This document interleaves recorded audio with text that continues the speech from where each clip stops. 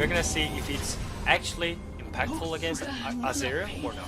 Yeah, and we'll see whether the center Tahm Kenches are going to actually work out this time around, because last time T1, it felt like the Kalista Taric was enough to deal with it, and Ruler's center really, I mean, the fasting center is what it's called, but honestly, it felt like he was fasting a little bit too much. And his KDA is not bad either. It's now Cuz heading up towards the top side. It's now Rascal losing out on this trade in the end. And Cuz will get in here. Rascal may have to flash here as the undertow is going to be primed. Good sidestep there, but will get the reset. The flash comes down. What was that? Doesn't even matter. Canna is going to pick that one up and gets a whole bunch of his health back with the Triumph as well as his Kingslayer. And that's a great first blood for T1. Yeah, Canna and Cuz. Maybe you guys expect more from the other jungler, Lim. It seems like free Drake right there, because Cleat is all creation from the Drake. And also, T1 have so much vision control up towards that top side as well. They get vision down. Cuz is going to move immediately out of the way just to get the Drake out of the pit, and will claim the first Mountain Drake. Good knock up there from Rascal, but he doesn't want to dive the Silas. A dangerous champion to be taken down as they do claim it. And the Ocean Drake will be the next one. We have Cloud Soul or Infernal Soul available this game. But good thing about this game is Cleat is farming so well. He's even more farmed than his top lane. Wow. How the heck did he do that? I think he is just farming for whole time. Just while power Cuz farming is ganking in. top lane. Yeah, just while Cuz is ganking top and getting objective. I don't know, man. Sometimes crazy things happen. Level 6 already? We're going to find the snare on the bottom side of the map. This is a difficult dive as Ruler goes down extremely low. Has absolutely no mana either, and that was an aggressive dive attempt, and one that I don't think ever stood a chance of working.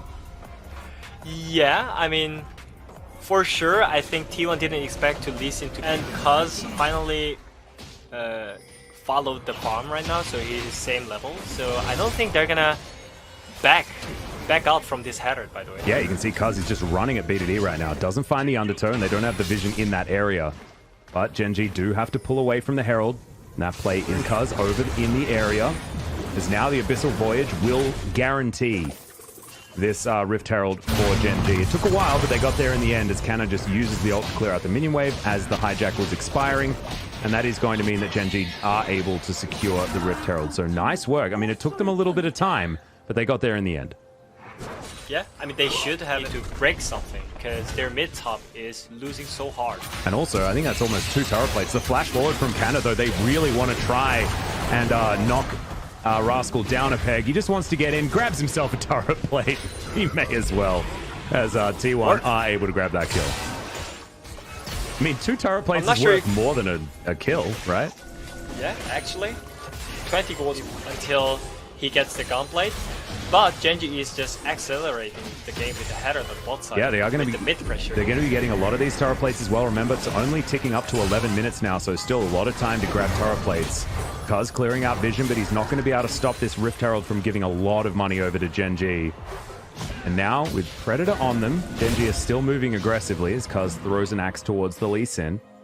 But the Lee Sin still with an advantage of about 3 camps. His Q lands onto effort. He has the kick available. Fair bit of damage there onto Ruler, but the Rend is now on cooldown as it will be a 50-50. There's the Cosmic Insight, but it is going to be locked down. BDD throws in the ultimate. But look at that. Senna and Tahm Kench both having to flash to get over this wall. Faker dives on in there, not able to get the kill as the Onhorn gets the double knock-up, and we have an Infernal Soul this time around as the Drakes are even. Faker's ulti just ran out the timing that he flashed. So it was just a little bit unlucky. Oh no. But at the same time, great play by Genji. Infernal Drake, and that is just gigantic if they can get there.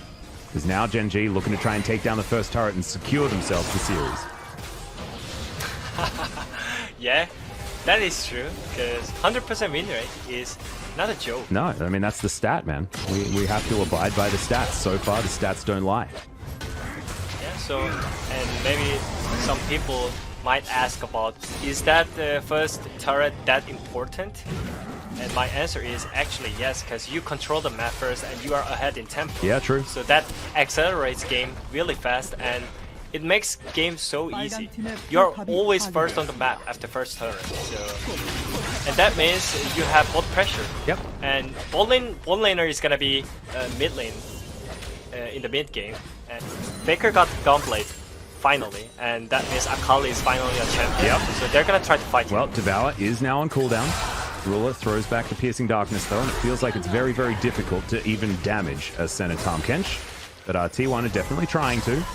As the snare is going to come down, Teddy avoids it, and now Fate's Call is going to come in. They're looking for the dive. Not going to be able to get the knock up there, as Effort does go invincible. Ruler in trouble as Canna gets into the backline. The Olaf locks down that first kill. Good flash there from Effort, but he will get knocked up. Faker looking to try and get into the backline, but now BDD is underneath his turret and just taken down by Canna. A gigantic team fight victory for T1, and they'll eliminate the turret as well.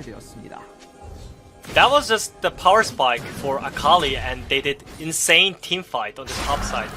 5-man dive instantly, just TPing in, all the map rotation wise. Again on the top side with the bot lane, map rotation, T1 just got the huge point in this game. Yeah, just huge. Early here, 17 minutes into the game. They're trading. Yeah, and Cuz is going to grab the first Infernal of the game. This is going to be huge. If T1 can get an Infernal Soul, I don't care what you say about late game team comp, because it's going to give so many extra stats with 3 stacks, as well as the fact that you get that big AoE proc as well. And they have Teddy able to apply it. They've got the Akali into the backline, and they're going to need a whole lot more Devours than just one on a 40-second cooldown. Oh yeah, and definitely Canna is showing that Ornn is not broken on the top side. He's countering Ornn with the Silas perfectly in this game and last game. Yeah. It's looking like we finally have an answer to the Ornn that Korea's understood, because it definitely wasn't the Aatrox. They just need 20 minutes more, and they're gonna have full item with the Ornn Masterpiece. But if they get solo kill here, yeah, Faker was looking for it. Gets a flash, 1 versus 1, didn't take any damage. Which means it's so much pressure for Genji to check vision and check the Nashor side. Well, now at least Gen G should be able to utilize his Rift Herald to try and get some decent damage onto the outer turret mid lane. They haven't been able to do that so far, but the Rift Herald actually is trying to deal with minions. There's the kickback onto Teddy though. Immediately he gets exhausted, and the Dawning Shadow will finish him off. We do have the ulti down, but BDD has his as well. Cuz is going to have to flash out of there. The Herald's just going rogue Faker? in the backline, but Faker, perfect execution. Canna's there as well. Ruler is going to be eliminated. A triple kill for the Silas. He could actually look for the Penta here as Faker gets the backflip. Rascal taking the damage, but the Abscond isn't going to land. Now they're going to go for the dive. Canna, can you get there with the Pentakill on the Silas? Life is going to go golden. Canna manages to pick up the Quadra kill in such an extended fight. And the execution onto Cuz. It's 10-1. T1 are crushing this game. Basically did nothing apart from reposition some members of T1. And yeah, 9 kills difference. Total 11 kills. I think this is actually huge difference right now. Oh yeah. Between those teams. But still, teamfight is looking strong for Genji side, because they still have Azir and Ornn and Senna. So it's still fine. Yeah. There's still a chance for them to win in these 5v5s. You're exactly right. But now Canna's picked up an Emperor's Divide of his own. No flash available. Faker does have his. Teddy has his. It's now Canna looking for the engage. Devour has to be used onto Elise Sin, as the Infernal Drake is taken here by T1. Life gets hit by the Abscond at max range there, as Canna still holding on to his hijacked ultimate. Perfect execution as Faker's just playing with the backline right now, as the rest of T1 are moving like a steam train. Emperor's Divide used for absolutely no reason, but it doesn't matter. Teddy already has the triple kill, and they'll move towards Baron. T1 is literally making like Genji is not even first place team, by the way. Yeah. It seems like just first place team versus something kind of middle pack of the team. This is a T1 in crazy form in this last game. It feels like as this series has gone on, T1 have just been getting better and better, and now they've 23 minutes, picked themselves up a Baron. They are even going to deny this outer turret from being taken, as Clid does have Safeguard to get himself to safety, but how safe is he as Fake is going to turn up? Kickback gets a knock up onto Canna as the teleport now going to be coming in from Rascal.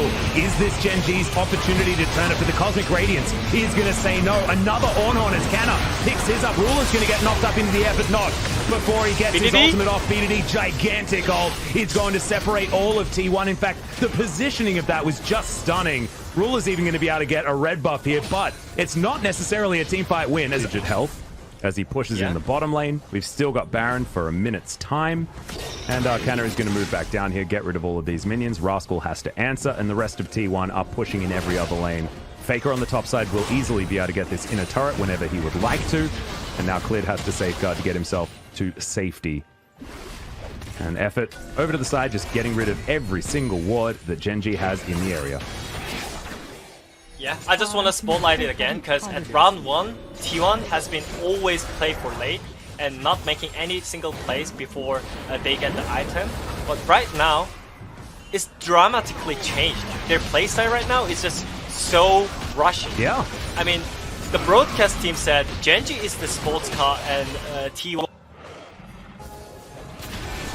is just literally rushing with the 300 kilometers per hour. Yeah, exactly. I feel like T1, it's not that they're a sedan, it's that I track into the inhibitor turret, but you can see T1 desperately just want to give Teddy some time to take down this Infernal Drake.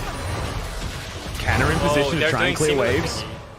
Oh man, Gen G, they had the opportunity while the Drake was being taken to try and get an inhibitor turret, but instead, they're just going to take an inner and trade it for Infernal Soul. That is not worth it, guys, in any way. Yeah. Fire truck is here, you cannot go away. Yep.